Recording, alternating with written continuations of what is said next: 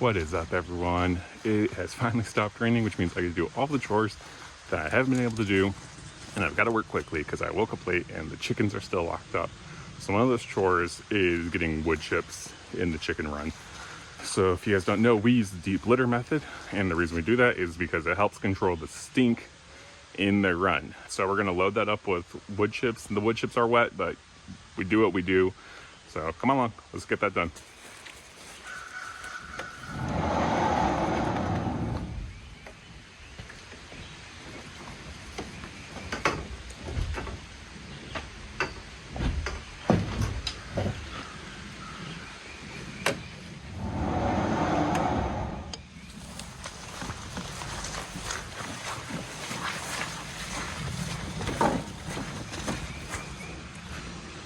Okay, so like I said, I got to work kind of quickly here on this because the chickens do need to be let out, but I think we're going to try and get at least 2 wheelbarrow loads of wood chips in there, just so that it's not such a muddy mess. 2, as the wood chips dry out, it'll help soak up and absorb the smells.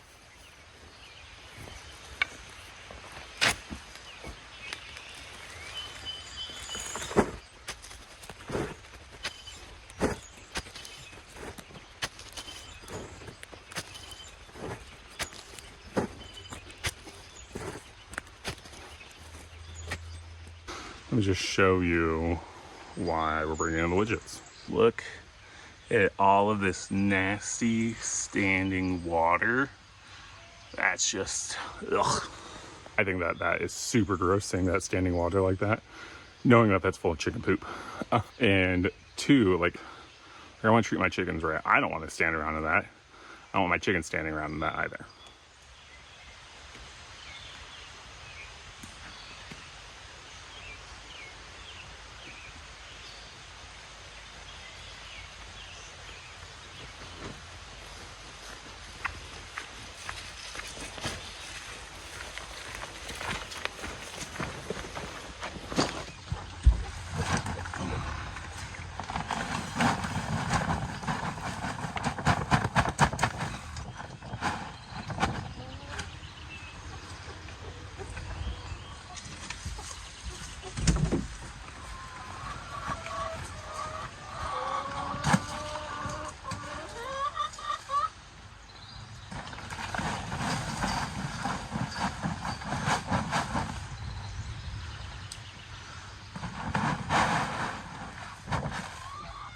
The reason I'm not spreading it out is that the chickens will spread it, so it's an engagement activity for them where they'll be able to till the wood chips, which will help spread them out, and then I'll just come in tomorrow or maybe later today again and add more wood chips after they're down. I've covered the main soggy part, so at least they're not going to be in just straight up muck. So let's go ahead and get their feed. We've been fermenting their feed lately, and the way we do that is we take it and we put it in a 5-gallon bucket, add water, and then I usually take like my sourdough discard and I just mix that in there to help it start the fermentation process, to start breaking down the anti-nutrients. And so fermenting your chicken feed and soaking your chicken feed creates more bioavailability in your feed. So like I said, we normally put it in this bucket, and I forgot to fill it up yesterday because it was raining. It's a bummer. Obviously, I prefer to be giving them the fermented feed right now, but we can just do the dry stuff. That's fine. We've just put their feed here on this pile of wood chips.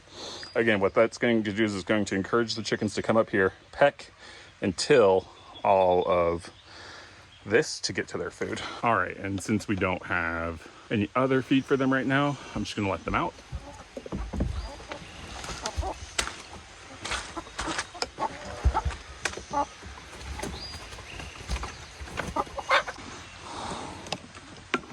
Before I forget, let's go ahead and scoop up some feed into the bucket, and then we'll get that fermenting here.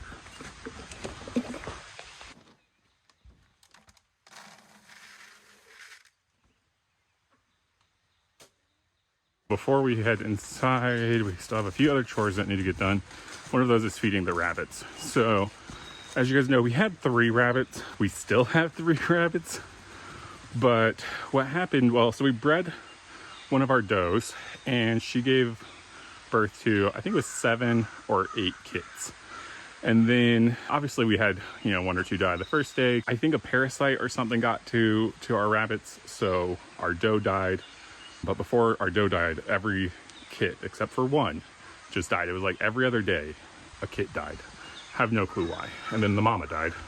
So we have 1 rabbit, 1 kit left from that mama, and it's doing great. It's very active, it's drinking and it's eating. It's 3 weeks old, so 3.5 weeks old, so it's old enough to be weaned, so that's good. But yeah, we still need to feed the other doe that we have. She's getting her daily ration of hay right now.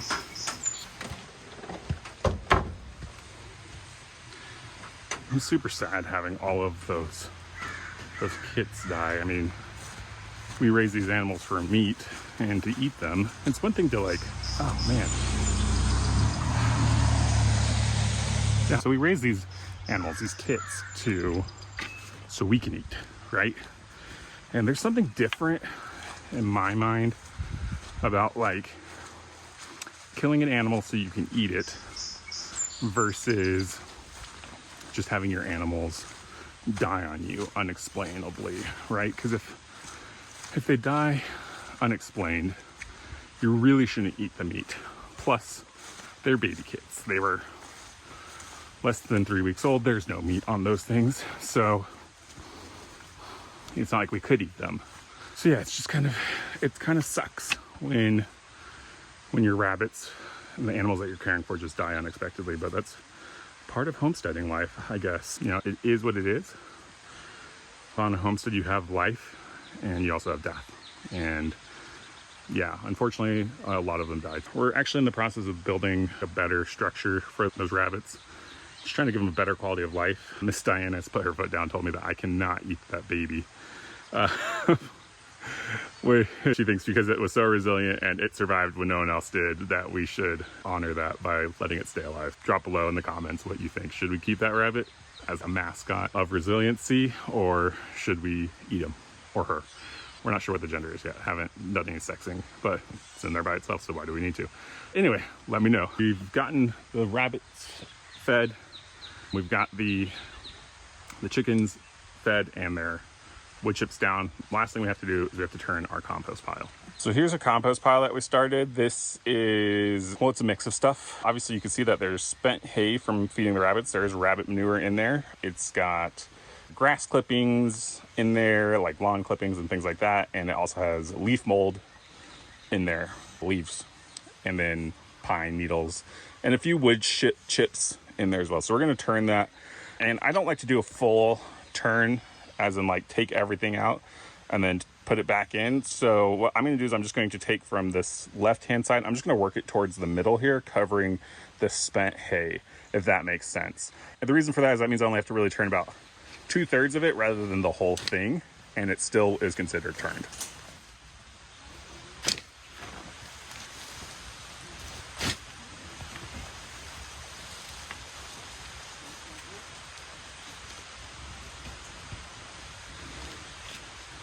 You see over here how it's got this like almost ashen color?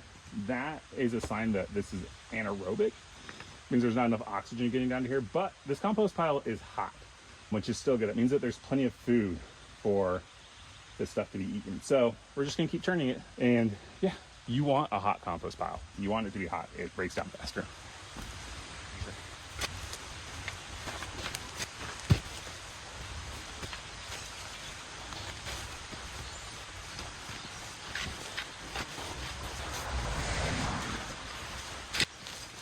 We're not going for any speed records when it comes to making compost.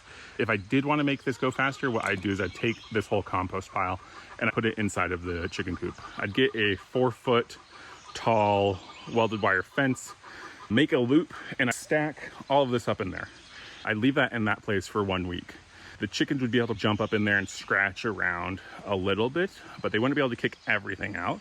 After a week, what I'd do is take the wire fencing off, and I move it to a different spot in the chicken coop. I'd fill that up with new material, grass clippings, wood chips, spent hay, things like that. and let the chickens till out that first pile. I'd then take that second pile and repeat the process, rinse and repeat over and over again, eventually taking some of that stuff that they've tilled and adding it back in. Essentially, that is what we're doing in our run right now, is making compost, but we're making it, I like to think, the slow way, which is just letting the wood chips break down over time. The chickens obviously poop on it, they till it up, and we do have some good compost in there just from, I mean, they've been in that area now at least 6 months. We're gonna have good compost no matter what eventually in that area, but we're not harvesting any right now. Just the final chore is getting this bucket of feed in. So in our homesteader garden here, we have this entire row is tomatoes. Now it's a bunch of different varieties of tomatoes. On the end closest to us are Roma tomatoes. So those are determinate variety. And I didn't know this until recently, but like determinate just means that all of the fruit comes ripe at once. So all of those Roma tomatoes are going to ripen all at once. And that's what we want, because we want an abundance of ripe tomatoes for canning and making sauces. Okay, and then all the way at the end over there are Brandywine tomatoes. So the Brandywine tomatoes are indeterminate, which means that the fruit will continue to ripen throughout the growing season, which is nice if you want to continually have fresh tomatoes ready to eat. So that's why we have two different varieties in there. Okay, so this row over here is a mix. On the end closest to us are pickling cucumbers, and on the far end are yellowneck squash. We like eating squash in the summer. It's a nice grilled vegetable to have. So we don't have a lot of it, but we do have a lot of pickling cucumbers because we like making pickles. I make a really mean spicy pickle, and I'll put a recipe down when we actually get around to making those one day. But that's what we have in this row. Over here on our third row, we have a mix of brassicas. So it is cauliflower on one end and broccoli on the other. And I wasn't really planning on growing broccoli or cauliflower, but my neighbor who gets all these starts from a greenhouse, he was like, hey, I can get you some at a really good price. Just let me know what you want. He brought over a truck full of different plant starts and just was like, what do you want? So these were there. I was like, oh, let's try them. So we have cauliflower closest to me, broccoli down on the far end. In bed number 4, we have on the end closest to me are jalapenos. On the far side are bell peppers, green bell peppers to be exact. And these are a variety that are only going to stay green. We didn't get a true variety where it would ripen up to red. And then in between each of those sections is a small section of cherry tomatoes. I don't really like eating tomatoes like fresh, which I know it's silly because I have a bunch of stuff. Like the Brandywines will make into salsa. The Romas will make into sauce, right? Like a tomato sauce, like crushed tomatoes, right? And spaghetti sauce, things like that. But I do like eating cherry tomatoes. They're sweeter to me and they're not as tart. So that's one of the reasons I like them. And they're not like, one of the things I don't like about tomatoes, and maybe this is just a store-bought tomato thing, is like when you bite into it or you eat it, it's like soft and mushy, but then you have like the skin that keeps it kind of firm. So we do have some cherry tomato growing in there. And this row that's in front of me here, you can see that there's nothing planted in there. We ran out of time to plant because it was raining. So this row here is going to be, if I remember correctly, this is going to be things like onion, which we're late in getting into the ground, things like that. We have, in seed time, it tells me exactly what I'm supposed to put in this row, but I don't have that with me right now. And then in this row that's kind of half formed this is going to be strawberries. So we got 6 strawberry starts and we're going to space them out. And the thing that's nice about strawberries is that they will set runners. And so we will continually get strawberries. Those are ever-bearing strawberries, so we should get them throughout the entire season rather than like a determinate variety of tomato where it all ripens at once. We're just going to get them ripe throughout the season. And then the other thing that we have, if you see like that box down there, what we're going to do is we're going to set up 3 garden beds. It's going to be that size right there. So that box is what we used for our kids' last year. They wanted to plant some of their own stuff. We're gonna do that again this year. So we'll set up 3 for the older kids to be able to grow their food. So I know like Milo really wants to grow watermelon. We got a bunch of, well, they got a bunch of plant starts from a seed swap that they went to with our friends. And they have just been so excited about being able to plant their own stuff. And it's nice because it gets them involved in gardening on the homestead, but not in our garden, right? Because we want to get maximum production where we can get a lot of fruit and vegetables grown for our family. I think it's Hugh Richards. I mean, I'm sure others have talked about this, but he talks a lot about being self-sufficient, and he came out with his book Self-Sufficiency Garden, not sponsored. In that book, it talks about how you can either be 100% self-sufficient like Justin's trying to do, where he gives up the grocery store, or you can be self-sufficient in a crop. This year we're trying just for self-sufficiency in a crop, in tomatoes, and specifically in cannibal tomatoes.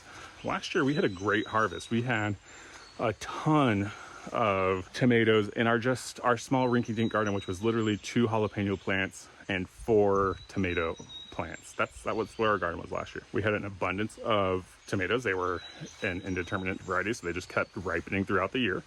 And then we had jalapenos, lots and lots of jalapenos. So I'm hoping that this year we have, again, a really good year, a really good harvest this year.